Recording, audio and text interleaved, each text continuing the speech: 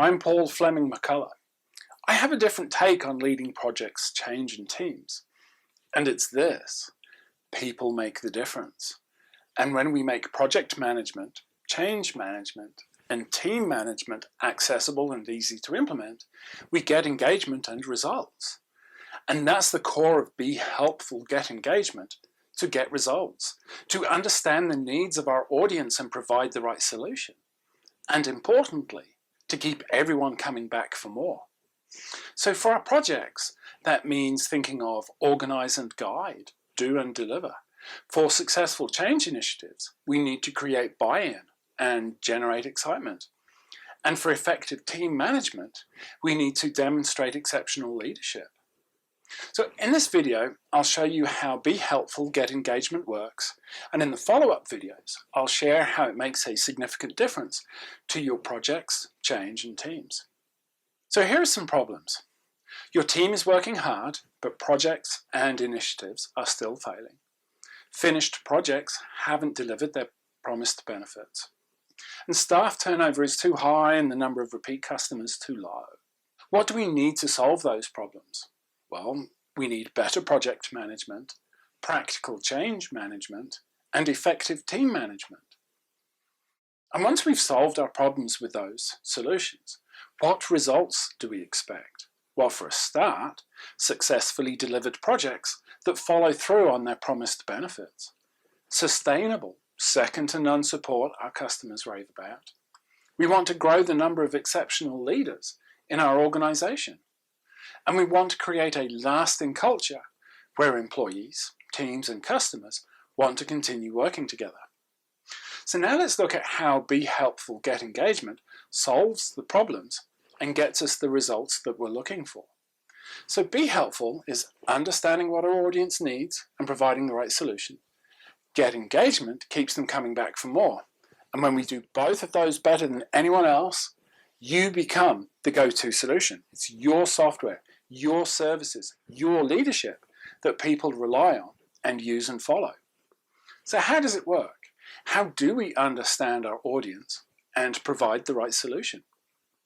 We talk to them, right? We reach out and we find out what's going on. And there are lots of different ways that we can do this. We can do it in person. We can do it through video. We can do it through survey, for example, right? And so the whole point about Be Helpful is that it's building those relationships. It's a very people-focused approach. And when we help people and we provide the right solution for them, we get the results that we're looking for. And so Be Helpful has two effective questions that get us answers to what that right solution is going to look like. So question one, how can we encourage others to use our insert desired behavior here? And question two, what barriers need to be removed so people can do this? And with each answer, we can ask that question again, but with the previous answer as the focus, and we can dig a bit deeper. It's an iterative approach to building that complete picture. And so, for example, how can I encourage people to work with me? Well, a potential answer could be follow through on promises made. Now, how can I encourage myself to follow through on promises made? Well, I can be organized, so I always know where I need to be and what I need to be doing. Well, what barriers need to be removed so I can do this?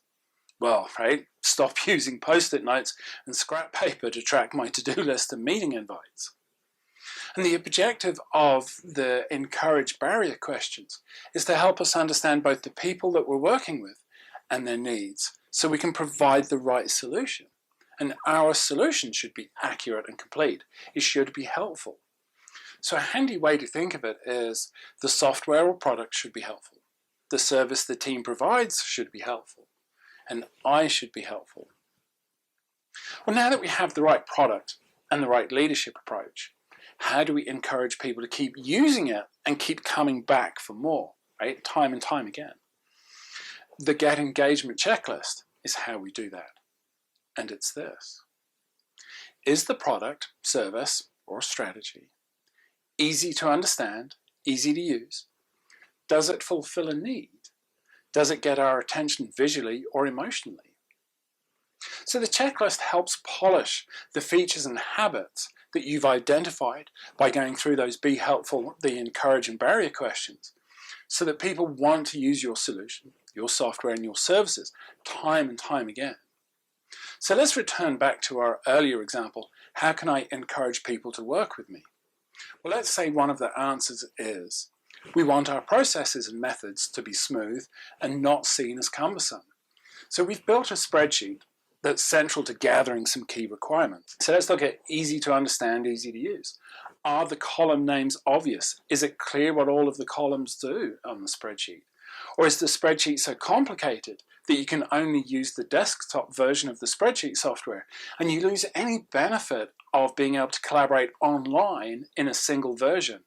And so what happens is that now someone else has to manually collate all of the copies together and upload them into the master.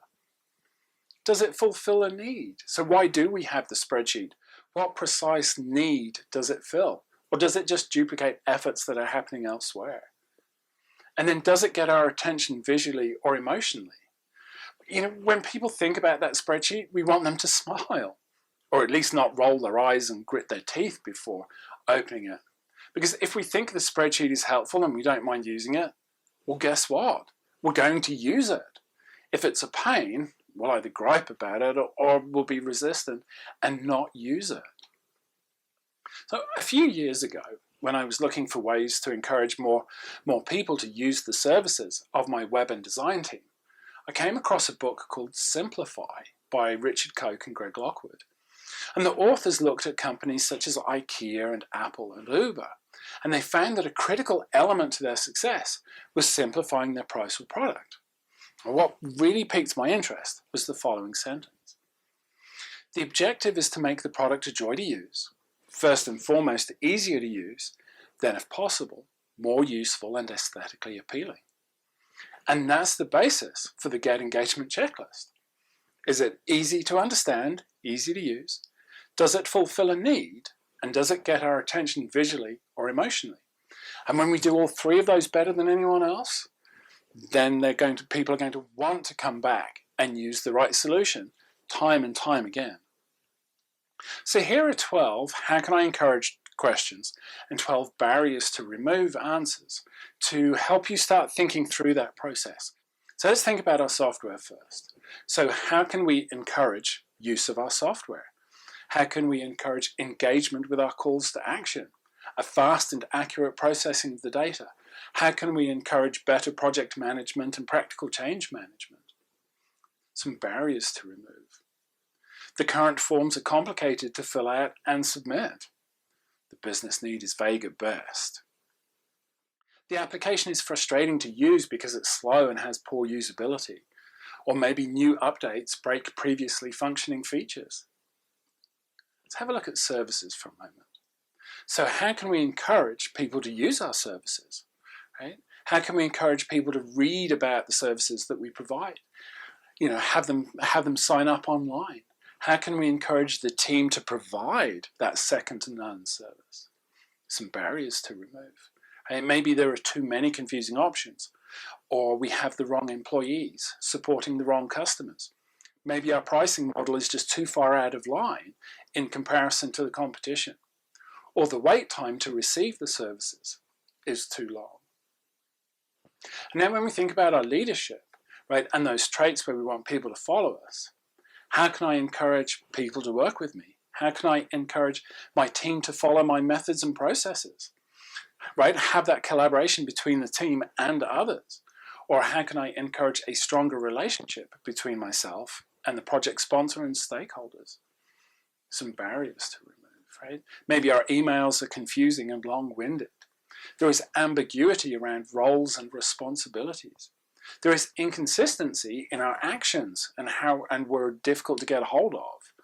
And our processes are cumbersome and they duplicate efforts that are happening elsewhere. That's lots of interesting things to think about and work on. So you can see already how that idea of be helpful, get engagement, it starts to drill through and to get us, right, start getting some good things to be thinking about and improving and getting results and that engagement. So what do we do next, right? What are our next steps? So our first one, this is perhaps the most important one. Stop the bad habits and start good ones. Step number 2, be helpful and start understanding what your audience needs and what the right solution is. Step 3, get engagement and keep people coming back for more. So in the next short video, I'll share how be helpful, get engagement, how that helps lead to better project management. Until next time, I'm Paul Fleming McCullough. Be helpful.